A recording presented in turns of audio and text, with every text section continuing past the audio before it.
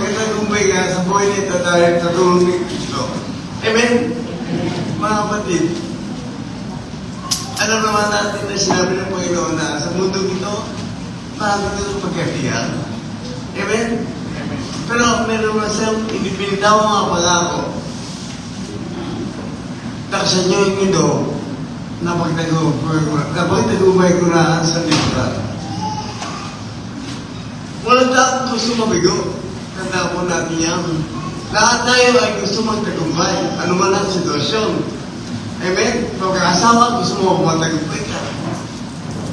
Sa negosyo, gusto mo maging matagumpay ka. Sa pag-aaral, gusto mo maging matagumpay ka. Ano man ang sitwasyon, gusto mo magtagumpay ka. Amen? At walang taong gusto mabigo. Amen? Lahat tayo ay gusto magtagumpay. Ano man ang sitwasyon. Amen? Kaya mga kapatid, ating alamin, paano makatagumpay sa mundo ito? Sabaga, ito ang gusto ng Diyos na ibinigay sa iyo na ikaw ng tagumpay. Kaya mga kapatid, ako naniniwala, lahat ng tao, nag-a-upgrade ng ating buhay. Ang sabi nga ng Biblia, hindi ka buntot. Pero, kayo ay mga ulo. Yung buhay na base sa Deuteronomy, ang sabi ng Panginoon, hindi kayo buntot. Ibig sabihin kayo, ulo, ibig sabihin magkatagumpay kayo. Kaya nakakalungkot mga kapatid yung pinsan, may mga Kristiyanong bigo sa kanilang pamumuhay.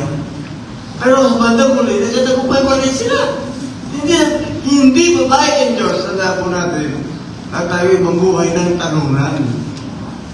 Pero, kaya dapat na sa Kristiyano, ang hindi mo na ikaw naging tagumpay. Hindi ka bigo. Amen. Paano dumanas ka na kahirapan sa panahon niya ito? Dumanas ka na maraming pagsubok sa buhay mo ito.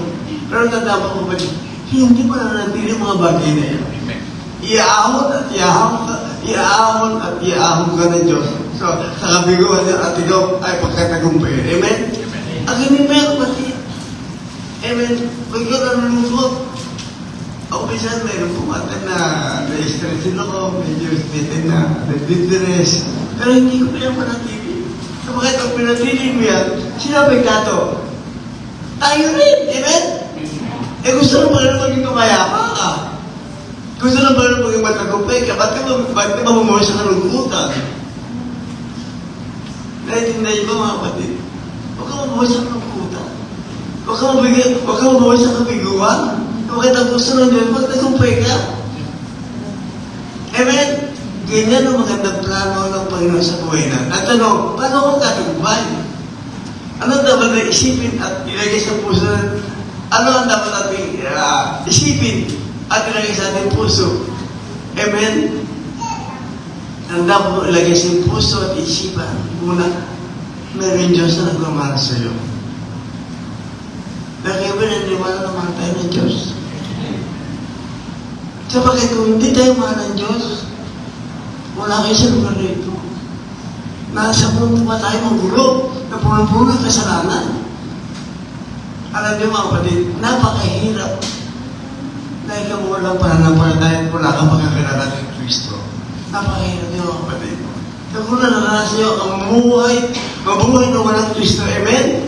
Kaya ako lagi ko sabi, hindi ko masasawaan sabihin sa inyo na hindi ako mabubuhay kung wala si Kristo sa puso ko.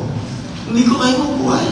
Kapag bakit ang tao ay likas na mahina. Amen? Likas tayo, malapit na sa tukso, mahirap sa pagsubok. Ganun likas ang tao. Kaya kung wala si Kristo sa puso mo, hindi ka maaaring tagumpay. Amen?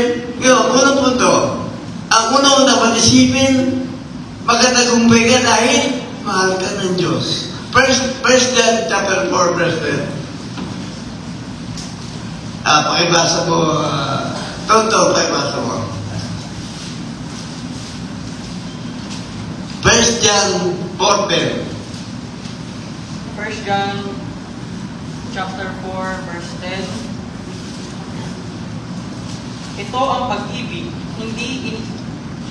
ito ang pag-ibig, hindi sa inibig natin ng Diyos, kundi tayo ang inibig niya at isinugo niya ang kanyang anak upang maging handog para mapatawad ang ating mga kasalanan. Amen.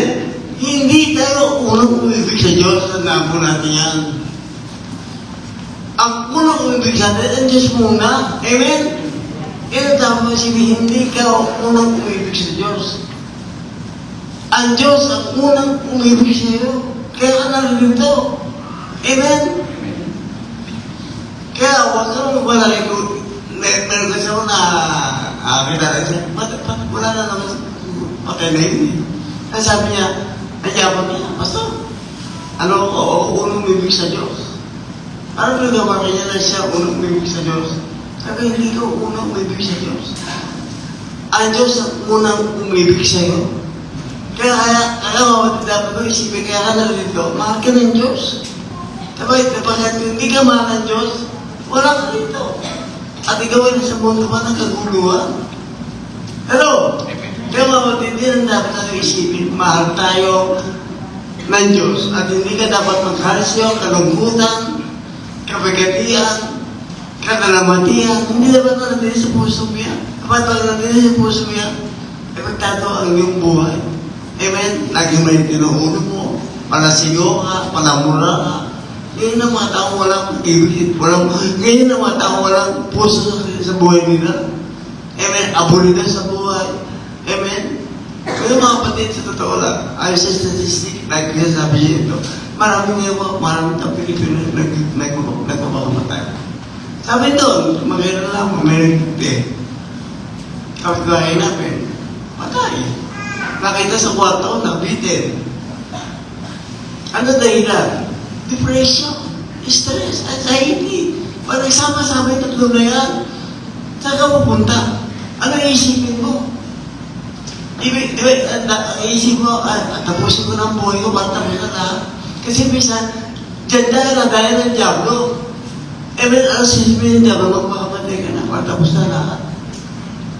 Dyan na dahil ng Diablo ang tao. Isip ko nga, pag namatay na ako, tapos na lahat, mali. Kapag ikaw ay namatay na wala kang Kristiyano, ang patutunguhan mo, walang hanggang paghihirap. Kaya hindi tayo buhay mga kapatid. Kaya hindi gusto nyo magkapakamatay. Na ginagawa ng mga di Kristiyano. Amen? Ang solusyon, isipin mo na ikaw ay laging magkatagumpay dahil kay Kristo dahil mahal ka ng Diyos. Amen? Let them be.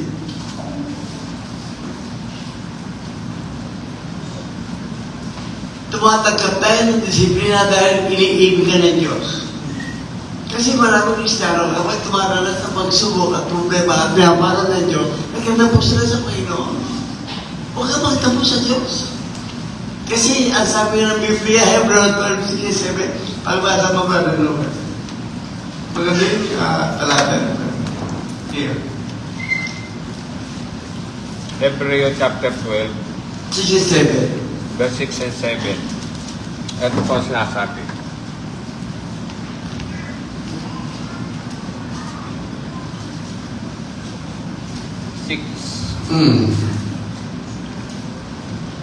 Sapagkat pag narurusahan ng Panginoon ang mga iniibig niya at pinapalo ang itinuturing niyang anak. Amen? Tiisin ninyo ang lahat bilang pagtutuwid ng isang ama sapagkat ito'y nagpapakilalang kayo'y inaari ng Diyos na kanyang mga anak. Amen? Sinong anak ang hindi itinuwid ng kanyang ama? Maliwanag. Bakit tumatagal ng palo? Bakit tumatagal na medyo kahirapan sa buhay? Itinatuwid ka ng Diyos. Ibig na meron ito sa iyo ang Panginoon sa iyong sitwasyon yan. Amen? Kapag hindi ka itinuwid ng Panginoon, ibig sabihin hindi ka mahal ng Diyos. Pag hindi ka pinalo, hindi ka mahal ng Diyos. Kaya ka pinapalo, ibig mo na ituwid ka dahil mahal ka niya. Kaya ikaw duwadalas na magsubok, duwadalas ka ng palo sa Panginoon, Arayaw mo, ang gilin mo kanya sinabi na mahal ako ng Diyos na kinarapatan. Kasi hindi ba kasi nagkatampo? Tumalay sa Panginoon. At tanong, ang kasa ka talaga?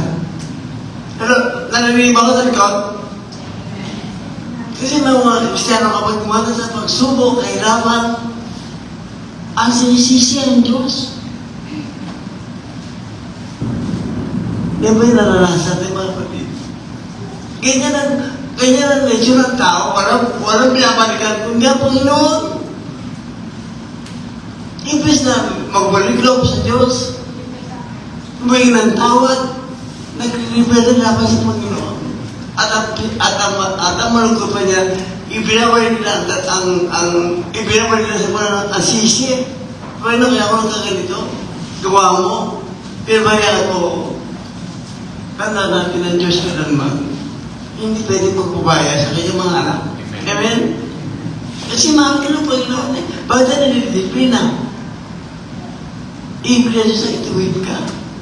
At ibig na Diyos na magsimula ka ng panibagong buhay. At pag ginawa mo yan, magkakalain ka ng Panginoon. Amen?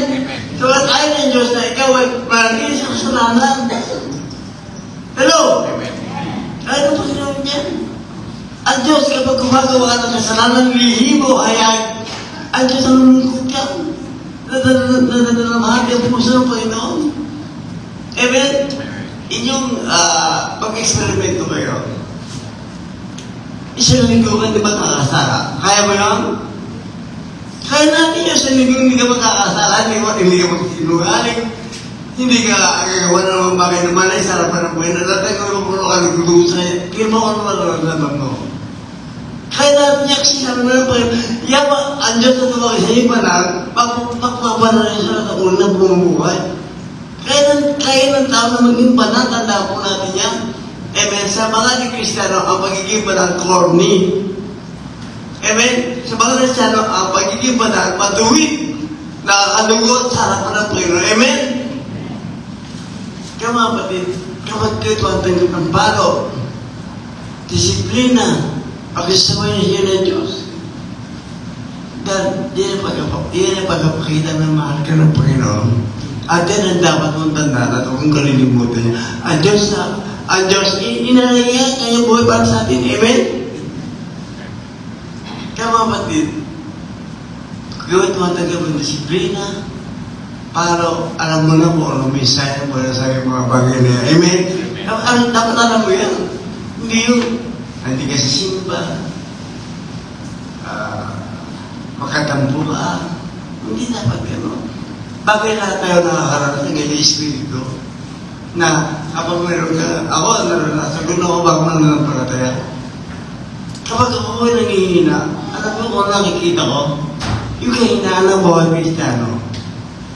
Kapag ako nangihina, yung kahinaan na hinahanap ko. Bakit? Yun ang gagawin dahilan para ako may pagkatuloy na bata ko tumayo sa Panginoon. Amen? Yun ang hinahanap ko, naghanap ko ng kamalian. Amen? Hindi dapat. Kapag ikaw ay tunay na Kristiyano, yan kahinaan na yung pananampalataya, yan kahinaan na yung kapatid sa pananampalataya, tuloy mo yung stepping stone yan. Yan ang maging kalakasan mo at dalhin mo sila sa panalangin. Amen?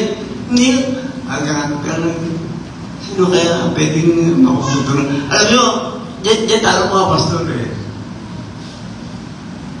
Bakit? Kapag sa Kristiyano ay mahina, ang gagawin na ilan, si pastor. Totoo po yan, mga kapatid. Si pastor ang pumunto ng galit. Bakit? Kasi kami mga pastor, hindi kami marunong kumandi. Tandaan, walang pastor na mapapagkikente. Kami, tinutulong na kami mali. Wala akong magawa eh. Kami, mali kami, hindi. Bahala ka sa buhay niyo. Bahala lang Diyos sa inyo. Kaya mga kapatid, ikaw ay didisiplina dahil iniibig ka ng Panginoon. At sa bawat pangyayari, mga kapatid, tandaan niyo po, sa bawat pangyayari na tayo nagkamali,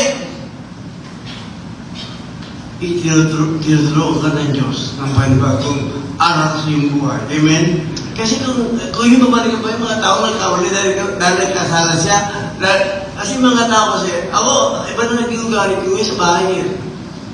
Alam niyo, ako dati ako panahabulong ako sa bahay namin. Amen? Kapag ako meron nakitang mali, hindi ko matalabasin niya. Hahabulin ko yan. Anak ko, asawa ko, hahabulin ko yan. Siyempre, ang tao nagawachod yan. Amen? Nagawachod ng tao. Ngayon, kasi ito, ba't ba hahabulin to? Tapos na to. Ba't ba sisihin to? Tapos na to. Ano dapat kong gawin? Tuon lang sila. Ulo na na ibigay natin ng sitwasyon mo. Amen? Pero ikaw sisihin mo ba bawat isa? Walang nagkulo lang eh. Kaya sabi mo mga kapatid, yun ang lifestyle ko sa bahay namin. Hindi na ako palabo. Pag meron ka kakamali, ako sa tao po, ulit-ulitin niya. Nakita mo na bunga sa buhay natin niya. Pumasok ka na kapatid, kasi pagsisiya pa kayo. Nalwala ka na anak mo. Sisihin mo ba? Lalo ng gulo. Nagkamali sa ako, sisihin mo ba? Lalo walang igulo. Ano daw mo gawin ka kaya pagkakamali? Kausap mo lang siya, anak, nagkamali tayo dyan. Ito na lang araw na ating makita. Anong araw sa atin sa pagkakamali na yan? Kaya kayo ba kasi sasabi ko, amen? Amen. Tatapo yun. Kasi manasabol ka, lalo mo nakitulog. At nakakahiya pa dahil ang sabi mo nga, kapag ang mag-asawa, ang nag-away, nakikinig ang kapitbahay. Hello? Di ba sabi ko sa kasal ko? Ang mag-girlfriend kasi, kapag nagkasalamat sa girlfriend, pag nagkamali yung babae, at sinunod mo na ng boyfriend, ang babae, pag nagkamali naman yung isa, both side, nakikinig naman yung bawat isa. Kasi mag-boyfriend ko eh. Pag mag-asawa na, nag-away, sino nakikinig? Bahay! Nakakahiya ko mag-Kristiyano tayo. Nag-aaway na nalilinig ang bahay. Kaya mga kapatid, kung sino mag-away sa atin, sa tahanan natin, huwag na sisihin.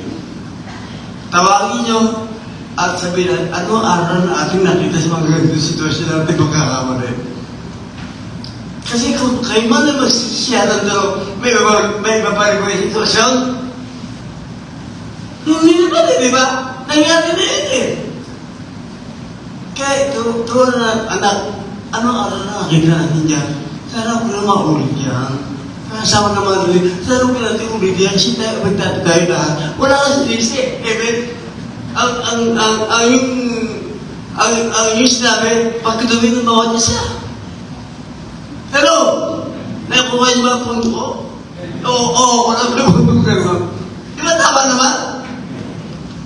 Kaya mga kapatid, ikaw ba tumatanggap na disiplina at paro ng Diyos, isipin mo, mahal ka ng Panginoon. Amen? Palakpakan natin ng Diyos. Let us see.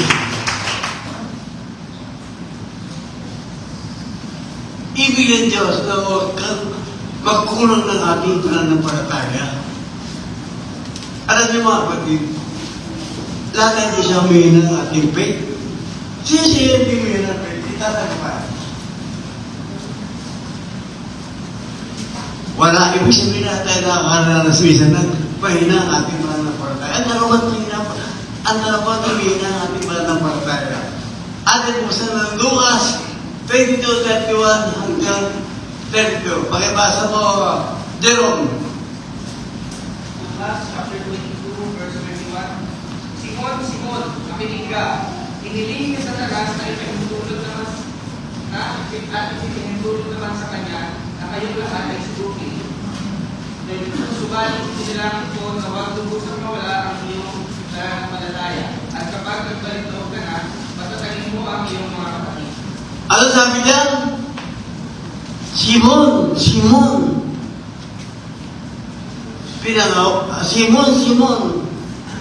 ikaw ay gusto subukan ni Satanas. Pero ipinagdihintulot naman. At sabi pa, pero kapag yan ay dumating sa iyo, huwag magkulang ang iyong pananampalataya. May pakisulang naman sa buhay natin ang nanghihina ang ating pananampalataya. Ano dahilan? Pagkilos at tibunin sa buhay natin yan. Kahit hindi niyo ba, mga kapatid? Kasi sabi ng Biblia, ipinahintulot naman sa kanya na sinubukan ng Diablo. Pero ano sabi mo Panginoon? Huwag kang magkulang na iyong pananampalataya. Ganyan ang gusto ng Diyos sa buhay natin. Kaway dumadalas ka ng pagsubok, pahintuto ng Panginoon niya. Amen? Naniniwala ba kayo doon? Nakapagtawad din tayo mga kapahintuto ng Diyos yan?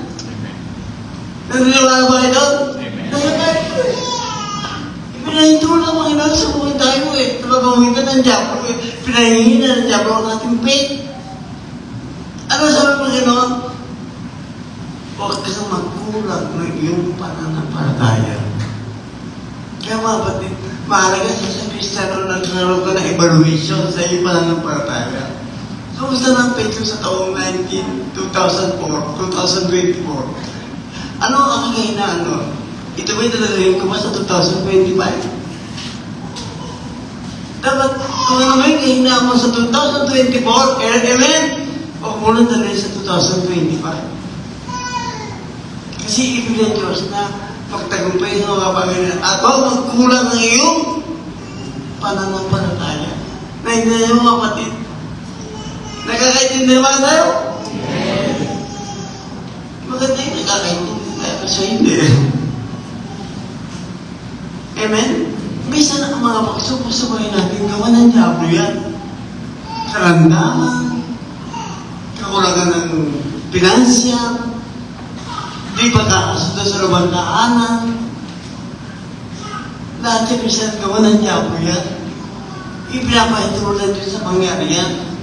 Pero ang sabi ng Panginoon, huwag kang magkulang ng iyong pananampalataya. Kaya mga kapatid, ang sabi ko kanina, maganda ng self-evaluation ko sa faith natin. Dapat, kung nakita mo nangyayina ang faith mo, ito lagi ko sasabi, huwag mo nang matagalin. Pag pinadagal mo yan, bigo ka. Hindi ka makatagumpay. Amen? Ayaw ng Diyos ayaw ng Panginoon na mabuhay na sa kabiguan. Amen? Ang gusto ng Diyos, mabuhay tayo sa tagumpay. Kaya mga kapatid, huwag kang magkulang ng iyong pananampalataya dahil mahal ka ng Diyos. Amen? Pangalawang punto. Kaya hindi ba, sabi ko mga kapatid, paano ka natagap at tagumpay? Pagkari mo sa buhay mo at mamuhay ka sa kanyang kalooban at katwiran. Gusto mo ba magtagumpay? Mamuhay sa katwiran ng Diyos at sa kanyang kalooban. Kasi mga Kristiyano, alam na paraan, hindi pa ginagawa. Kaya minsan ang Diyos na nagmukot siya, alam mo na kung anong dapat yung gawin, ano yung magawin? Mga bata, mga estudyante, sabi ng mga kulang, mag-aaral kayo. Sabay na mag-aaral, magandang maging kinabukas niya. Ano mga nagyagawa mga bata, nagpulang-pul. Meron mga pulang-pulang sa mga estudyante natin. Sino siya nagkakating classes? Wala naman amin. Sino siya nagkakapya, kapites? Ang tanong, ano sabi sa inyo ng mga magulang nyo? Anak, mag-aaral ka. Sa pagkakas nag-aaral ka. Kasi kayo mga kapatid, iba din ang sistema ng mundo. Nung araw na natandaan ko, ewan ko kung ito ay napupunan nyo. Bawat tahanan, pagka professional, meron lapida. Di ba? Lapida na. Attorney ato, pero Mr. Doktor, engineer, nakapasig na sa harapan ng bahay nila. Kaya mo na pupunta ko yung gano'n. Wala na. Bakit? Kasi may pagkaraniwan. Kasi kaya pumapatid, pagkaraniwan mga professional. Marami na yung professional, amen? Kaya pagkaraniwan yung mga tao na katapos mag-aaral. Kaya hindi, kaya pagkaraniwan ko ng gano'n, parang corny na yun. Ayabang muna. Di ba? Kaya kahit ang mga estudyante, makinig kayo. Kaya pinag-aaral ng Panginoon. Pinag-aaral ng mga magulang. Masaya sa magulang na kayo nakakatapos na pag-aaral. Ako, tatapos ako, tapos ang college. Nagtawa ko. Kaya mag-graduation lang ako sa school. Ako pa hindi may nalawan na kaganakan. Bakit ako tapos siya? Anak eh.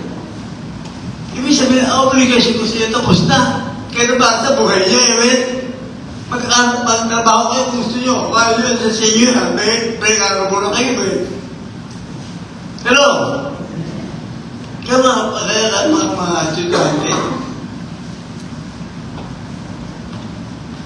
dapat pasado kayo sa iyong pag-aaral. Amen? Kapag hindi madali sa isang magulang ang pag-aaral ng kanilang anak, andyan yung budget, panahon, andyan lahat. Bago kayo magbubulang ko kayo, ipahati ko ko kasi.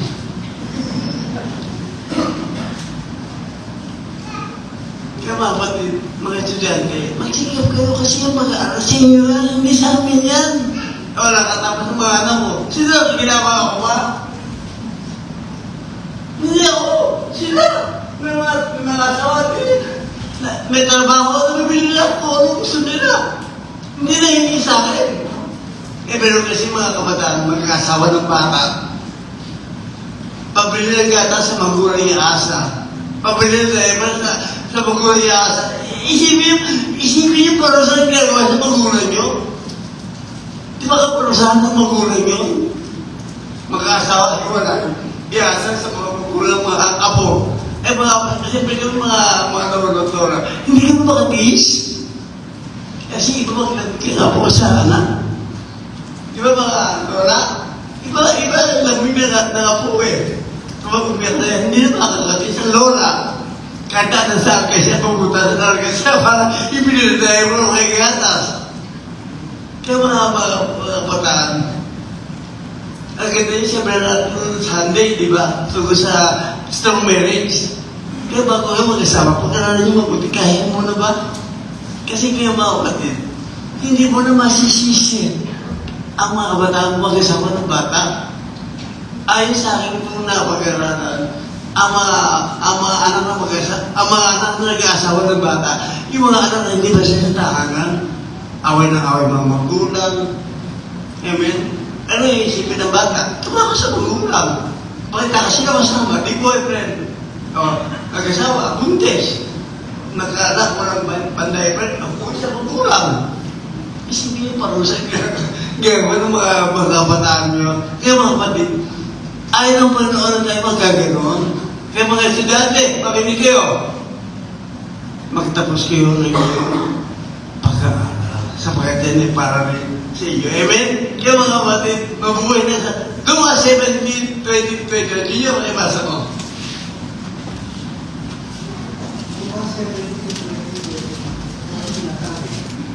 Minsan sa Jesus ay tinanong ng mga Pariseo kung kailan darating ang kaharian ng Diyos. Sumagot siya, walang makikita palatandaan ng pagdating ng kaharian ng Diyos. At wala rin nagsasabing dahil mula roon, sapagkat ang kaharian ng Diyos ay nasa inyo. Ang sabi ng ibang sabi, Verse 21. At wala ring magsasabing nagsimula na roon o rini, sapagkat ang totoo ay nagsimula ng maghari ang Diyos sa puso ng mga nananalig sa Kanya. At tanong, kailan naghari ang Diyos sa buhay natin? Jero, kailan naghari ang Diyos sa buhay natin? Nung nagsabi natin, si Kristo, amen? Tinanong niyo ba si Kristo? Kung tinanong niyo si Kristo, ang Diyos, nag-aaral na sa puso niyo. Malinaw. Kaya kung nag-aaral si Kristo mo yun, hayaan niyo siya mag-aaral, hindi kayo. Amen? Ang ibig sabihin ko, no, kanya katwiran, kung ano kanya kalooban sa atin, ang sa masunod, hindi tayo. Sa mga namatay pa na susunod, hindi siya mag-aaral sa akin. Pero, naiintindihan niyo mga kapatid, nagsimula ang pag-aaral ng Diyos sa atin kasi ating tanggapin, ating puso. Di na dapat natin maintindihan. Kaya kung tinanggap mo si Kristo sa puso mo, ang Diyos nagsisimula ng maghari sa buhay mo yan. Ang kailangan naman, makinig ka sa Kanya kung ano sasabihin niya. Sumunod ka kung anong gusto niya. Hindi ang nangyayari. Kung ano yung gusto mo, yun nangyayari. Kaya maraming Kristiyano hindi magtagumpay. Bakit? Ang sinusunod sa sarili nila, hindi ang gusto ng Diyos. Amen? Natututo ba tayo? Amen.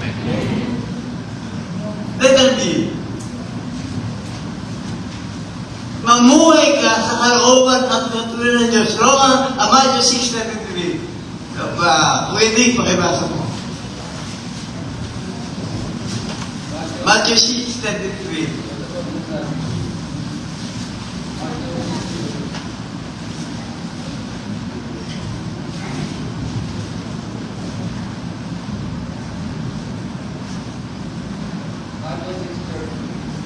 Ngunit higit sa lahat ay bigyang halaga ninyo ang kaharian ng Diyos at ang pamumuhay ng ayon sa kanyang kalooban.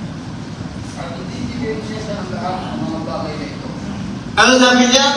Mamuhay tayo sa kalooban ng Diyos at ang lahat ng bagay ay ibibigay sa inyo. Gusto mo ba ng bahay dahil matagal ng uuba? Pero, ang tanong mo, gusto mo ba ng bahay matagal ng uuba? Siyempre gusto natin, amen? Sumunod ka sa kalooban ng Panginoon. At ibibigay ng Diyos yung mga bagay na gusto mo. Ang tanong, gusto mo makatapos sa iyong mga anak kahit di kayo mahirap? Sumunod ka na kalooban at ang iyong mga anak makakatapos yan. Gusto mo magpasaya ng negosyo? Sumunod ka sa kalooban ng mga kayo magkamalain. Amen? Kasi pangako yan eh. Hindi na pwede. Andiyan pangako na hindi niya gagawin yan eh. Naintindihan mo nga mga kapatid. Anong dapat namin natin gawin? Sumunod ka sa kalooban at katuwiran ng Diyos. Amen? Ano man ang nasa ng puso mo, ibibigay ng Diyos yan. Kapag sumunod ka sa kalooban niya, gawin mo na lang magkaramdaman. Ibibigay ng Diyos yung kakarin niya. Gawin mo ng boyfriend? Sino yung walang boyfriend? Wala talaga. Sino yung walang boyfriend? Wala magtatahiya. Amen? Lahat ng bagay na kailangan natin. Sino? Sino?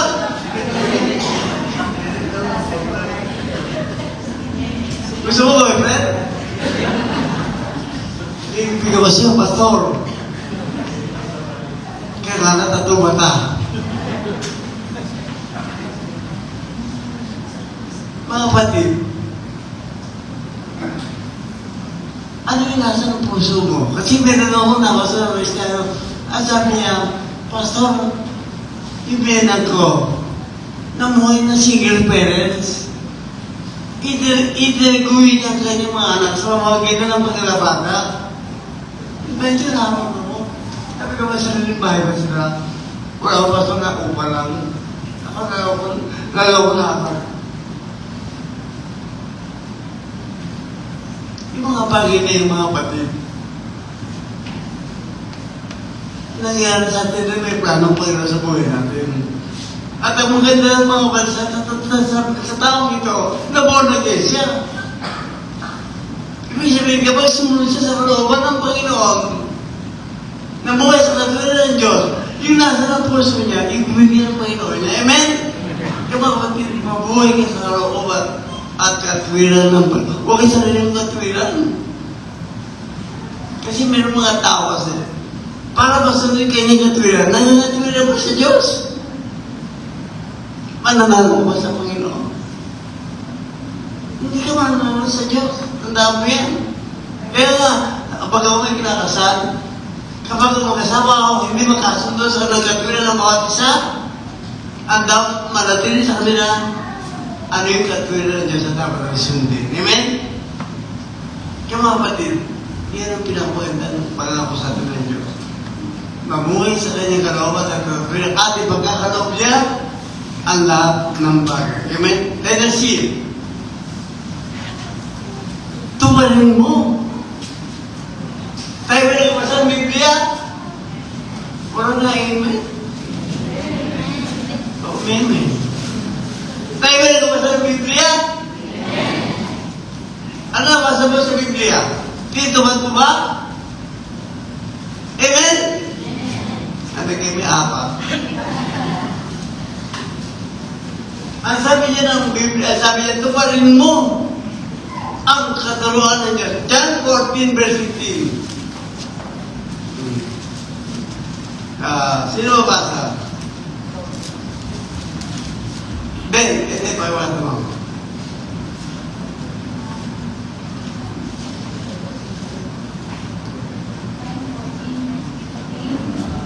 Kung iniibig ninyo ako, tutuparin ninyo ang aking mga Amen. Ang sabi ng Biblia, kung iniibig niyo ako, tutuparin niyo ang aking mga utos. Ang tanong, tinatubad ba ang utos ng Diyos? Yun ang mga katanungan. Kasi ang pagtubad sa utos ng Diyos ay katulad na iniibig mo Panginoon. Hello?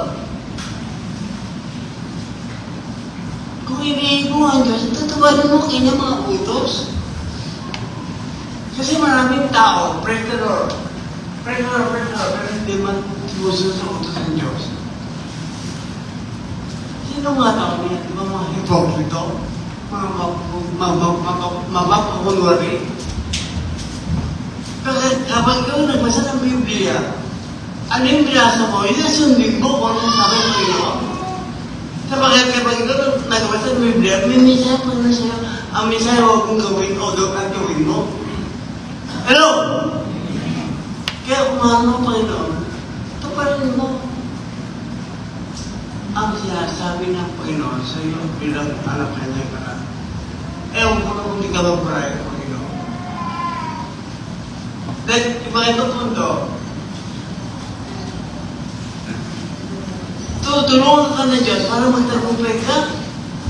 Hindi ka magtatagumpay sa sarili mo kakayaan. Hello? Makatagumpay ka sa buhay na ito dahil sa tulong ng Panginoon. Ano sabi sa Colossus 1:11?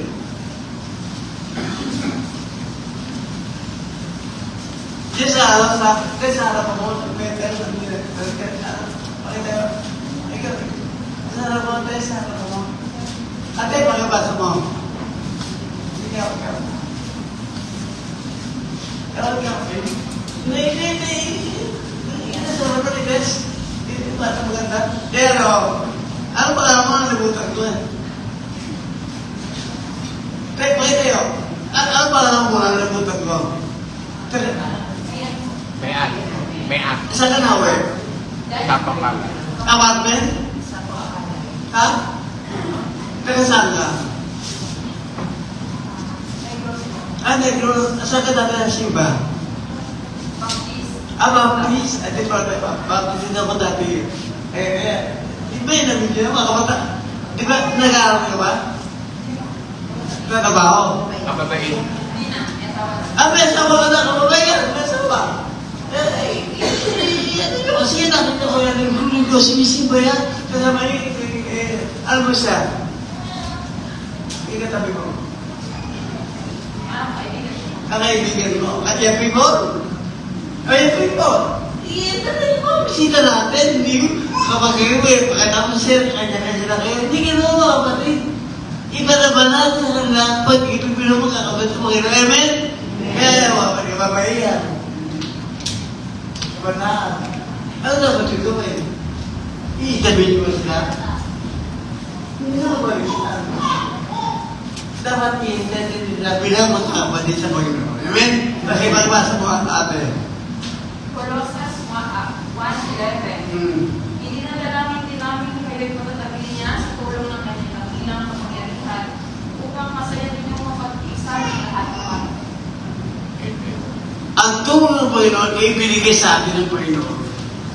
At ang sabi, anuman ang ating pinagdaanan dyan, ay ating mga katagumpayan. Amen? Anuman ang pinagdaanan mo, kapatid? Kahirapan, karamdaman, di ba kasunod sa daan? At sabi niya, tuparin mo na masaya. Pagtiisa mo na masaya ka. Kasi may mga tao na nagtiisa mo dito sa buhay. Amen? Ang sabi ng Biblia, pag tiisyan mo na masaya, ano ba ang sitwasyon sa bakit? Tutulungan ka ng Panginoon. Kaysa naman abulito ka. Amen? Kaya ako mga kapatid, sa mga mo ng Kristiyano eh. Bakit? Si Janice, nasasabi niyo ba yun eh, ano yan? Mukhang high school. High school principal. Medyo ba? Kasi nung nakita ko si Janice, natatandaan ko, sabi ko, pinay niya, ano ganyan, asawa? Asawa mo ba to? Oo, bata-bata. May hindi ako kung ginanibig ko sa'yo. Bakit mo bata ka naman? Wow, high school principal. Joke. Mga kapatid, ako natutuwa sa mga kapatid na natin. Alam mo bakit? Kasi yung ating edad, hindi dapat sabi mukha. Kaya mga Kristiyano mga kapatid, bata tingnan niya. Nakain ba kayo? Amen? Mga kapatid, totoo po kayo mga kapatid. Kasi tayo mga Kristiyano, mas bata na tingnan sa mga Kristiyano. Bakit? Ang mga Kristiyano, hindi tayo stress. Amen? Tayo maging practical tayo. Amen? Totoo po kayo mga kapatid. Kaya meron akong kilala. 65 na siya. Pero kung tingnan ko po 64 lang. Sabi ka bata ka tingnan. Paano masan niyo ba ako problematic? Amen? Kaya mga kapatid, si Maren. Sabi niyo ba yun eh, si Selka? Hindi lahat tayo, kahit lahat tayo buwang bata tingnan. Amen? Yun ang ipinapalagay ng Kristiyano sa mundong ito. Bakit hindi tayo stress eh? Amen? Kasi tinutulungan tayo ng mga ano man ang ating pinagdadaanan. Ating harapin na may pagtitiis, na may kasayahan. Sabagat alam natin na tinutulungan tayo ng Diyos. Amen?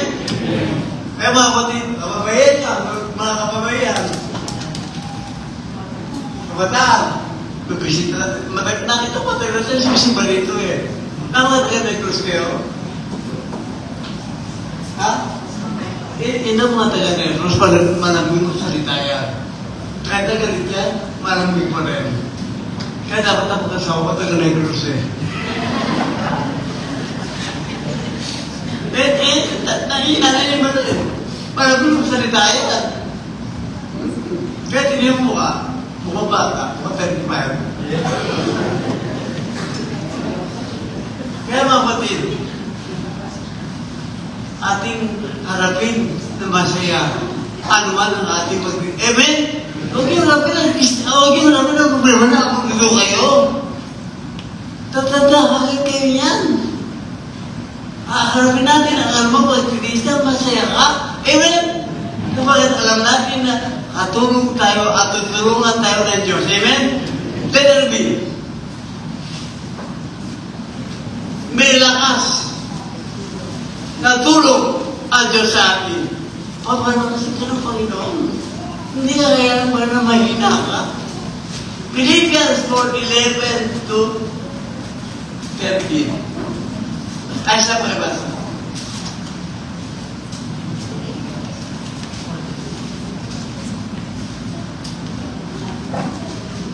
Filipos chapter 4 verses 11 to 13. Ito po ang sinasabi. Hindi ko sinasabi ito dahil sa kayo'y pinaghahanapan ko ng tulong. Natutunan ko ng masiyahan, maging anuman ang aking kalagayan. Naranasan ko na ang pagkitahos, naranasan ko na rin ang managana. Natutunan ko na ang sekreto kung paano masiyahan sa anumang kalagayan sa buhay. Ang mabusog o magbuto, ang managana o maghirap. Ang lahat ng ito'y magagawa ko dahil sa lakas ng loob sa akin ni Kristo. Ang tanong, sino ang sumulat niya? Hello? Si Pablo. Ano sabi ni Pablo, lingkod ng Diyos, naranasan ko magutom, naranasan ko managana, naranasan ko magigahos, naranasan ko, pero ang lahat ay aking matagumpayan dahil sa tulong sa akin ni Kristo. Amen? Ano man ang sitwasyon mga kapatid? Gutom? Kapigatian? Kaya mo pagtagupayin yan at kay Kristo. Kapag ang tulong ng Diyos, lagi na andyan. Ewan ko na kung hindi pa kayo, paglabas nyo, ewan ko na kung hindi pa kayo mag-bless sa mensahe ng Panginoon yung bata. Pag hindi kayo bless, bakit may problema na sa inyo? Amen? Kasi isang Kristiyano, sabi ko sa iyo kanina, ang kanyang itsura, hindi nakikita sa edad niya. Alam nyo, kayo na ba pumasok o business? Asawa ni Junior.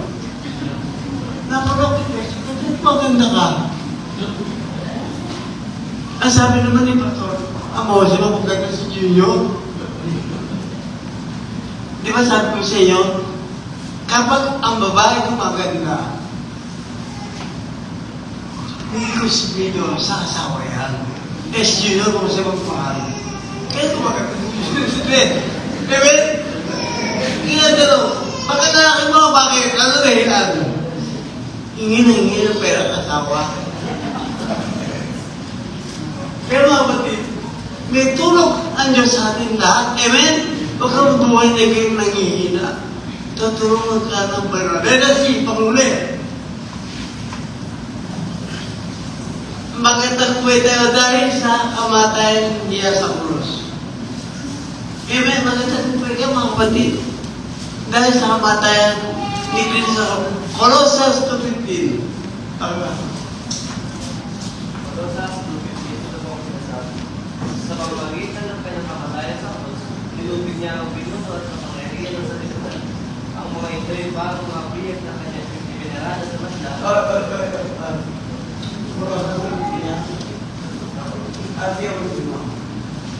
Colossus 2:15, sa mga sinasabi. Sa pamamagitan ng kanyang kamatayan sa krus, nilubig niya ang mga pinuno at kapangyarihan ng sanlibutan. Ang mga ito ay parang mga biyag na kanyang ibinarada sa masla, bilang katunayan ng kanyang pagkakabuhay. Amen. Kung si Kristo ang nagtagumpay, sino tayo para hindi magtagumpay ng Diyos?